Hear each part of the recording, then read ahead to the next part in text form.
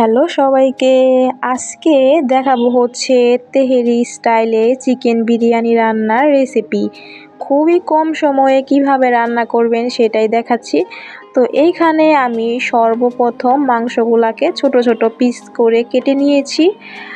আর এখানে লাগবে হচ্ছে কিছু মশলা, যেমন প্রথমে নিয়ে নিলাম এখানে আমি রাঁধুনি বিরিয়ানির মশলা এবং নিলাম টক দই, সাথে হচ্ছে খাঁটি গাওয়া ঘি এবং লাগবে হচ্ছে গুঁড়ো দুধ।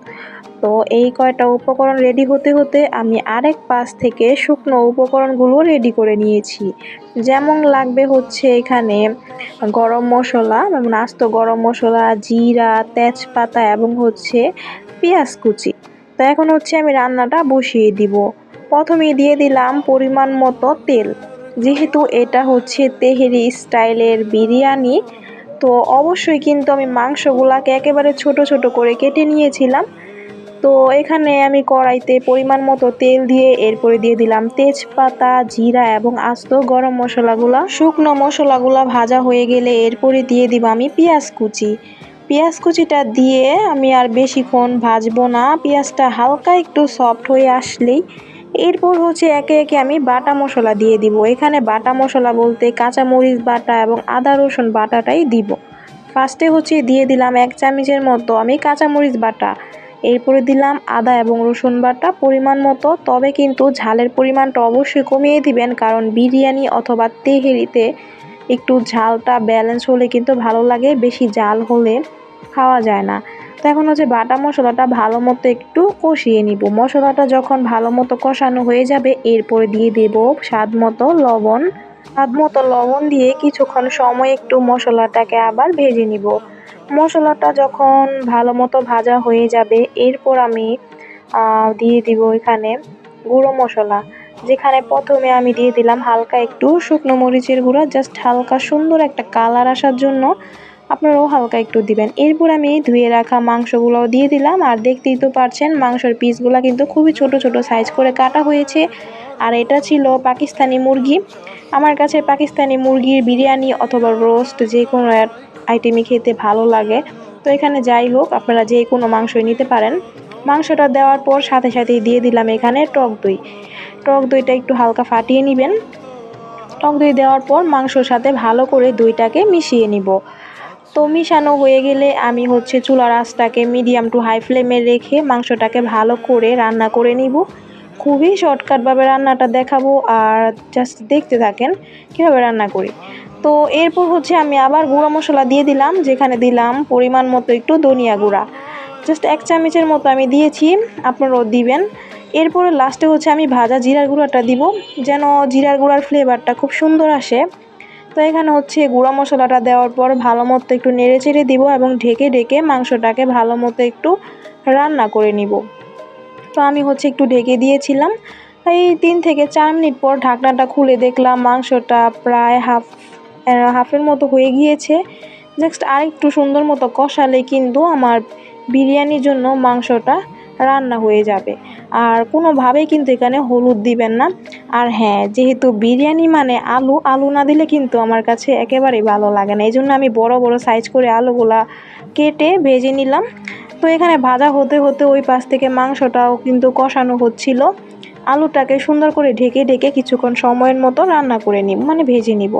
এই পাশ থেকে দেখলাম যে আমার বিরিয়ানির মাংসটা সুন্দরভাবে কষানো হয়ে গিয়েছে। ভালো মতো কষানো হয়ে গেলে এরপর হচ্ছে আমি একেবারে বিরিয়ানির চালের জন্য যতটুকু জল দেওয়ার প্রয়োজন পুরোপুরি ততটুকুই কিন্তু জল দিয়ে দিব। এর আগে আমি ভাজা জিরার গুঁড়োটা দিয়ে দিলাম, যেন হচ্ছে সুন্দর ফ্লেভারটা থেকে যায়। আপনারা চাইলে ধনিয়া গুঁড়া সাথেও দিতে পারেন, তবে এরকমভাবে লাস্টও দিতে পারেন, এটা আপনাদের ইচ্ছা। তো মাংসটা কিন্তু সুন্দরভাবে কষানো হয়ে গিয়েছে। তো এখানে হচ্ছে আমি আজকে আধা কেজি চালের বিরিয়ানি রান্না করব, এই জন্য কিন্তু আমি গুনে গুনে প্রায় 3 কাপের মতো জল দিয়েছি। মানে আপনারা যত কাপ চাল নেবেন তার ডাবল পরিমাণে কিন্তু জলটা দিবেন। তো এটা হচ্ছে আধা কেজি চাল যেহেতু, তো আমি হচ্ছে 3 পোয়ার মতো জল দিয়েছি।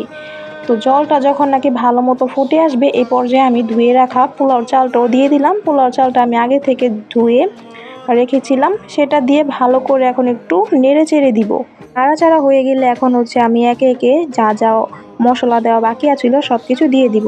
দিলাম হচ্ছে 1 প্যাকেট গুঁড়ো দুধ এবং দিলাম হচ্ছে রাঁধুনি বিরিয়ানির মশলা। অবশ্যই কিন্তু গুঁড়ো দুধটা দেওয়ার চেষ্টা করবেন, অবশ্যই দিবেন, তাহলে দেখবেন বিরিয়ানিটা কত সুন্দর ঝরঝরা হয় এবং অনেক বেশি টেস্টি ফ্লেভারফুল হয়। এবং সাথে হচ্ছে দিবেন হচ্ছে একটু স্বাদ মতো চিনি।